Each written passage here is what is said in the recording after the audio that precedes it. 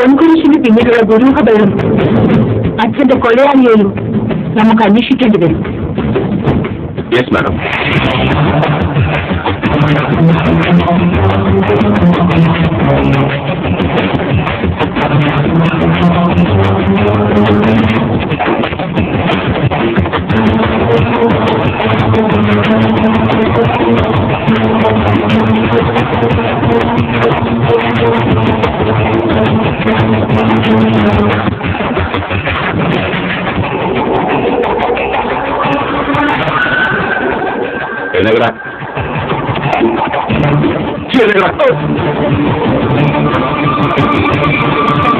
ഞാൻ ഇനി നിന്നെ അടിച്ചാൽ നീ തട്ടുപോകും.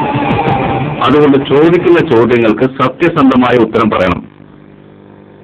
എന്തും സാറേ? ആ പൊൻകുരിശവിടെ? അത് സാറന്മാരുടെ കയ്യിലല്ലേ? ഇത് പിന്നെ മേടിക്കും.